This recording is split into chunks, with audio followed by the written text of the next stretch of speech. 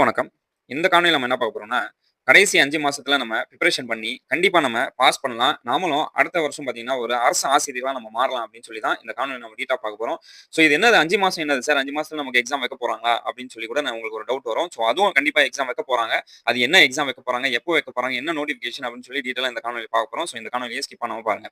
So இந்த காணொளிக்கு போறதுக்கு முன்னாடி, நம்ம இந்த 2 தேர்வுக்கும் பார்த்தீங்கன்னா, நம்ம எம்ஏஎஸ் அகாடமி சார்பாக நம்ம material, economics material, Tamil medium material பார்த்தீங்கன்னா, தமிழ்நாட்டிலேயே பார்த்தீங்கன்னா, தமிழ் மீடியம் எக்கனாமிக்ஸ் பார்த்தீங்கன்னா, தரமான மெட்டீரியல்ஸ் எங்கேயுமே கிடையாது. ஆனா, நம்ம தமிழ் மீடியம் எக்கனாமிக்ஸ் மெட்டீரியல் தரமான மெட்டீரியல் நம்ம புரொவைட் பண்றோம். ஸோ யாருக்கு தேவைப்படுதோ, மெட்டீரியல் தேவைப்படுதோ நீங்க வாங்கிக்கலாம். ஸோ அதுக்கப்புறமா இப்போ 4ஆம் தேதியிலேருந்து இந்த மாதம் 4ஆம் தேதியிலேருந்து பார்த்தீங்கன்னா, நம்ம கிளாஸ் ஆரம்பிக்கிறோம். ஸோ பிஜிடிஆர்பி, டிஎன் செட்டுக்கு உண்டான எக்கனாமிக்ஸ் கிளாஸ் பார்த்தீங்கன்னா ஆரம்பிக்கிறோம் 4ஆம் தேதியிலேருந்து. இந்த 4ஆம் தேதியிலேருந்து பார்த்தீங்கன்னா, எக்கனாமிக்ஸ் கிளாஸ்ல ஃபுல் சிலபஸ் நம்ம கவர் பண்ணுவோம். அதே மாரி easy explanation in Tamil and இங்கிலீஷும் நம்ம பண்ணுவோம். ப்ரீவியஸ் இயர் கொஸ்டின்ஸ் டிஸ்கஸ் பண்ணுவோம். MCQs, test batch, weekly unit test எல்லாமே உங்களுக்கு பார்த்தீங்கன்னா ப்ரொவைட் பண்றோம். ஸோ மறக்காம இந்த ஆப்பர்ச்சுனிட்டிய மிஸ் பண்ணாதீங்க. இது ஒரு கோல்டன் ஆப்பர்ச்சுனிட்டி. ஸோ அதுக்கப்புறமா பார்த்தீங்கன்னா உங்களுக்கு யார் சார் நம்ம கிளாஸ் தேவையில்ல சார் நமக்கு வெறும் பிடிஎஃப் மட்டும் இருந்தா போதும் அப்படின்னு சொல்லி நினைக்கிறவங்க பார்த்தீங்களா, ஜஸ்ட் 599 கொடுத்து நீங்க எக்கனாமிக்ஸ் பிடிஎஃப் நீங்க வாங்கிக்கலாம். ஸோ அது உங்களுக்கு ஈஸியா அவைலபிளா கிடைக்குது. நீங்க ஒரு யூனிட் நீங்க ஃப்ரீயா சாம்பிள் வாங்கி நீங்க அதை எப்படி இருக்கு அதோட தரம் எப்படி இருக்குன்னு சொல்லி பார்த்துட்டு நீங்க வாங்கிக்கலாம். அதே மாரி யூனிட் 1 ஸோ பேப்பர் 1ல பார்த்தீங்கன்னா உங்களுக்கு யூனிட் 1 பார்த்தீங்கன்னா ஃப்ரீயா உங்களுக்கு ப்ரொவைட் பண்றோம். ஸோ பேப்பர் 1ல 10 யூனிட் இருக்கு. ஸோ ஒரு யூனிட் உங்களுக்கு ஃப்ரீயா ப்ரொவைட் பண்றோம். அது ஜஸ்ட் 199 தான். யாருக்கு தேவைப்படுதோ நீங்களும் வாங்கிக்கலாம்.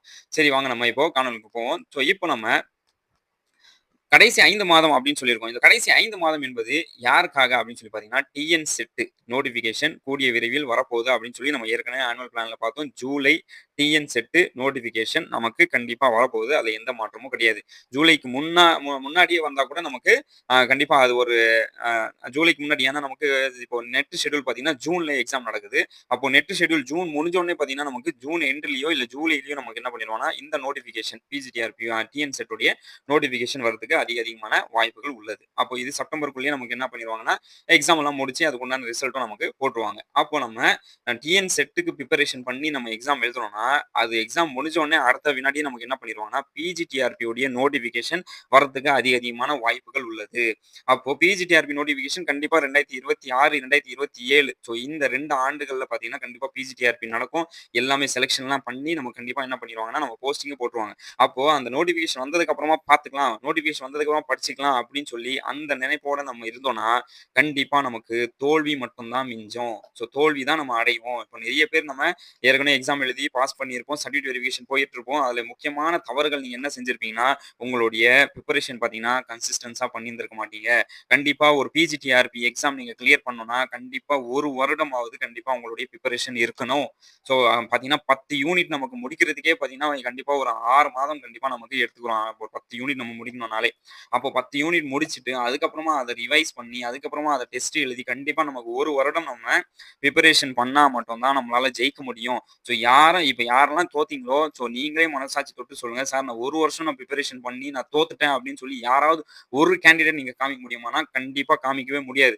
யார் 1 வருஷம் நீங்க நல்லபடியா பிரிப்பரேஷன் பண்ணி, கன்சிஸ்டன்ஸா நீங்க டெஸ்ட் எழுதி, ஹார்ட் ஒர்க் பண்ணீங்களோ, கண்டிப்பா உங்களுக்கு வெற்றி தான் நிச்சயம் தவிர, தோல்வி உங்களுக்கு கிடைக்கவே கிடைக்காது. யாரெல்லாம் லோவஸ்ட் மார்க் எடுத்து ஃபெயில் ஆனீங்களோ, யாரெல்லாம் சர்டிஃபிகேட் வெரிஃபிகேஷன் போயிட்டு ரிஜெக்ட் ஆனீங்களோ, நீங்க எல்லாம் உங்களுடைய நீங்க பிரிப்பரேஷன் ஸ்ட்ராட்டஜி நீங்க யோசிச்சு பாருங்க. நீங்க எத்தன நாள் பிரிப்பரேஷன் பண்ணீங்க? எப்படி பிரிப்பரேஷன் பண்ணீங்க? ஸோ அப்படியே புக் எல்லாம் அப்படியே எடுத்து உட்கார்ந்து அப்படியே மெமரைஸ் பண்ணிட்டே இருந்தீங்களா? ஸோ பிரிப்பரேஷன் ஸ்ட்ராட்டஜின்னு ஒண்ணு இருக்கு. ஸோ குடுத்த 10 யூனிட்ல நம்ம எல்லாமே நம்மளால படிக்க முடியுமானா, கிடையாது. சாத்தியம் கிடையாது. என்ன படிக்கணும்? எப்படி படிக்கணும்? அப்படின்னு சொல்லி அ அது நமக்கு தெரிஞ்சா மட்டும் தான் நம்மளால ஒரு எக்ஸாம் நம்மனால கிளிக் பண்ண முடியும். அது எப்படி தெரிய வரும் அப்படின்னு சொல்லி பார்த்தீங்கன்னா, ப்ரீவியஸ் இயர் கொஸ்டின்ஸ் மூலியமாக நமக்கு தெரிய வரும். ஸோ நம்ம என்னென்ன யூனிட்ல நம்ம முக்கியத்துவம் குடுக்கணும், என்னென்ன யூனிட் நமக்கு வெரி வெரி இம்பார்ட்டன்டான யூனிட். ஸோ இந்த வருஷம் இந்த யூனிட் அதிகமா கேட்டிருக்காங்க.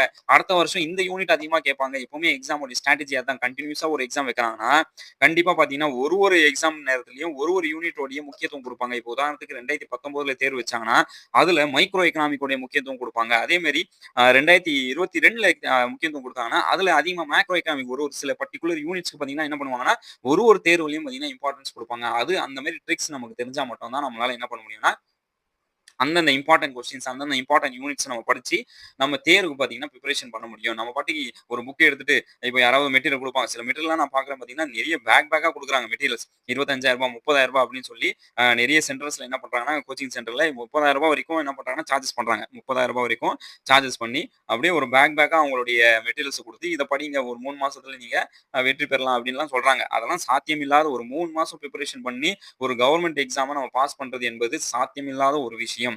ஸோ, அதனால நம்மளுடைய பிரிப்பரேஷன் பார்த்தீங்கன்னா, இன்னிலிருந்தே நீங்க பிரிப்பரேஷன் ஆரம்பிச்சா மட்டும் தான், நம்ம அடுத்த டிஎன் செட் நம்ம பாஸ் பண்ண முடியும். அதே மாரி அடுத்த பிஜிடிஆர்பியும் நம்ம தொடர்ந்து பாஸ் பண்ண முடியும். எப்பவுமே ஒரு ஸ்டேட் லெவல் எக்ஸாம் நம்ம படிக்கணும்னா, நேஷனல் லெவல் பிரிப்பரேஷன் இருந்தா மட்டும் தான் நம்மளால ஸ்டேட் லெவல் எக்ஸாம் ஈஸியா கிளியர் பண்ண முடியும். அத மட்டும் நல்லா புரிஞ்சுக்கங்க. ஸ்டேட் லெவல் எக்ஸாம்க்கு நம்ம ஸ்டேட் லெவல் ஸ்ட்ராட்டஜிய யூஸ் பண்ணி நம்ம பிரிப்பரேஷன் பண்ணோம்னா, கண்டிப்பா நம்மளால ஜெயிக்க முடியாது. ஸ்டேட் லெவல் எக்ஸாம்க்கு நம்ம நேஷனல் லெவல்ல நம்ம பிரிப்பரேஷன் பண்ணா மட்டும் தான் ஜெயிக்க முடியும். அதனால தான் நம்ம எம்ஏஎஸ் அகாடமி சார்பா நம்ம என்ன பண்றோம்னா, நம்ம நேஷனல் லெவல் அளவுக்கு நம்ம பிரிப்பரேஷன் பண்றோம். எக்கனாமிக்ஸ் பொறுத்தவரைக்கும் யுஜிசி நெட் அளவுக்கு நம்ம பிரிப்பரேஷன் பண்ணி வச்சிருக்கோம். அதோடைய மெட்டீரியல் அதே மாரி தரமான மெட்டீரியல்ஸ் பார்த்தீங்கன்னா, யுஜிசி நெட் அளவுக்கு தரமான மெட்டீரியல்ஸ் நம்ம பிரிப்பேர் பண்ணி வச்சிருக்கோம். யாருக்கெல்லாம் தேவைப்படுதோ மெட்டீரியல்ஸ் யாருக்கெல்லாம் தேவைப்படுதோ, இந்த கான்டாக்ட் நம்பருக்கு நீங்க கான்டாக்ட் பண்ணி நீங்க வாங்கிக்கலாம். அதே மாரி இங்கிலீஷ் மீடியம் மெட்டீரியல் பிடிஎஃப் உங்களுக்கு அவைலபிள் இருக்கு. அதுவும் நீங்க வாங்கிக்கலாம். ஸோ கண்டிப்பா புரிஞ்சுக்கங்க. நமக்கு 4ஆம் தேதியிலிருந்து கிளாஸ் ஆரம்பிக்கிறது போது எக்கனாமிக்ஸ் யாரெல்லாம் இருக்கீங்களோ கண்டிப்பா மிஸ் பண்ணாம ஜாயின் பண்ணீங்க. ஸோ மத்த சப்ஜெக்ட்ஸ் டிஎன் செட்டுக்கு பிரிப்பேர் பண்ணுங்க. யூனிட் 1 நம்மகிட்ட தரமான மெட்டீரியல் இருக்கு. ஏன்னா நிறைய பேருக்கு பேப்பர் 1 என்ன படிக்கிறதுனே தெரியாம இருக்கும். ஸோ பேப்பர் 1 நம்மகிட்ட தரமான மெட்டீரியல் இருக்கு. யூனிட் 1 பார்த்தீங்கன்னா உங்களுக்கு ஃப்ரீ. ஸோ அது ஒரு யூனிட் நீங்க ஃப்ரீயா வாங்கி பார்த்து அனலைஸ் பண்ணி அடுத்த டிஎன் செட் எக்ஸாம் யாரெல்லாம் பிஜிடிஆர் பிரிப்பரேஷன் பண்ணலாம்னு நினைக்கிறீங்களோ, நீங்க டிஎன் செட் எக்ஸாம் கண்டிப்பா அதுக்கு முன்னாடி பிரிப்பரேஷன் பண்ணுங்க. அப்போதான் நம்ம பிஜிடிஆர்பி எக்ஸாம் நம்மளால ஜெயிக்க முடியும். ஸோ இந்த கோல்டன் ஆப்பர்ச்சுனிட்டி, இந்த நேர காலம் என்பது மிஸ் பண்ணிறாதீங்க. நோட்டிஃபிகேஷன் வரட்டும், ஆனுவல் பிளானர் வரட்டும், அதுக்காக வெயிட் பண்ணாதீங்க. உங்களுடைய பிரிப்பரேஷன் ஸ்ட்ராட்டஜி இப்போவே ஆரம்பிங்க. பிரிப்பரேஷன் இப்போவே ஆரம்பிங்க. இதுதான் நம்மளுடைய கோல்டன் டைம். இந்த நேரத்துலேருந்து நம்ம பிரிப்பரேஷன் பண்ணா மட்டும் தான் நம்மளால ஜெயிக்க முடியும் தவிர, இல்லன்னா நம்மளால ஜெயிக்கவே முடியாது. ஸோ அத நல்லா புரிஞ்சுக்கங்க. ஏன்னா ரொம்ப நமக்கு முக்கியம். ஒரு அரசு வேலை என்பது நமக்கு ரொம்ப முக்கியமானது. ஸோ அது அடுத்த வரதுக்கு முன்னாடியே நம்ம ஒரு அரசு வேலை பெறணும். ஸோ இப்போ பார்த்தீங்கன்னா விலைவாசி எல்லாம் நம்ம அதிகமா ஏறிட்டு இருக்கு. ஒரு தனியார் பள்ளியிலயோ, இல்ல ஒரு தனியார் துறையிலயோ நம்மளால போய் வேலை செஞ்சு நம்மளோட குடும்பத்த காப்பாத்துறத விட நம்ம எம்ஏ, பிஎட், பிஜி, பிஎட் எல்லாம் படிச்சுட்டு நம்ம எதுக்கு நம்ம ஒரு தனியார் துறையில ஒரு கம்மியான சம்பளத்த வாங்கணும்? நாமளும் அரசு துறைக்கு போணும் அப்படின்னு சொல்லி நம்மளால முடியாதெல்லாம் கிடையாது. கண்டிப்பா எல்லாராலயும் முடியும். முயற்சி மட்டும் தான். ஸோ யாரெல்லாம் அதிகமா முயற்சி செய்றாங்களோ அவங்க வெற்றி பெறுவாங்க. யாரெல்லாம் கம்மியா முயற்சி செய்றாங்களோ அவங்க தோல்வி பெறுறாங்க. ஸோ இதுதான் ஸ்ட்ராட்டஜி தவிர என்னால முடியாது. நான் +2ல கம்மியான மார்க் எடுத்தேன். அதுக்கப்புறமா நான் காலேஜ்ல கம்மியான மார்க் எடுத்தேன். அதெல்லாம் நம்ம இப்போ அது வேலையே கிடையாது. +2ல நீங்க என்னதான் கம்மியான மார்க் எடுத்தா கூட, காலேஜ்ல நீங்க என்னதான் கம்மியா மார்க் எடுத்தா கூட, பிரிப்பரேஷன் எக்கனாமிக்ஸ் ஒரு எக்ஸாம்க்கு நீங்க உட்கார்ந்து பிரிப்பரேஷன் பண்ண ஆரம்பிச்சிட்டீங்கன்னா, கண்டிப்பா அந்த எக்ஸாம் நீங்க வெற்றி பெறுவீங்க. அது யுபிஎஸ்சி எக்ஸாமா இருக்கட்டும், ஸோ குரூப் 4 எக்ஸாமா இருக்கட்டும், ஸோ எந்த ஹை லெவல் எக்ஸாமா இருக்கட்டும், லோ லெவல் எக்ஸாமா இருக்கட்டும், பிரிப்பரேஷன் மட்டும் தான் நமக்கு முக்கியம். ஸோ பிரிப்பரேஷன் பண்ணா நம்மளால ஜெயிக்க முடியும். ஸோ கன்சிஸ்டன்ஸா நம்ம பிரிப்பேர் பண்ணா கண்டிப்பா நம்மளால ஜெயிக்க முடியும். கன்சிஸ்டன்ஸா நம்ம படிச்சா கண்டிப்பா நம்மளால ஜெயிக்க முடியும். அது மட்டும் நல்லா ஞாபகம் வச்சுக்கங்க. ஸோ எப்படி படிக்கணும், ஸோ அந்த ஸ்ட்ராட்டஜிய யூஸ் பண்ணிக்கங்க. ஸோ வர காலத்துல நம்மளுடைய சேனல்ல பார்த்தீங்கன்னா, எப்படி படிக்கணும், என்ன படிக்கணும், சிலபஸ் எப்படி போடணும், எப்படி டைம் டேபிள் போடணும், இது எல்லாமே நம்ம டீட்டெயிலா சொல்லுவோம். ஸோ வேற ஏதாவது டவுட்ஸ் அண்ட் கிளாரிஃபிகேஷன் இருந்தா கண்டிப்பா கமெண்ட்ல சொல்லுங்க. அனைவருக்கும் வாழ்த்துக்கள். நன்றி. வணக்கம்.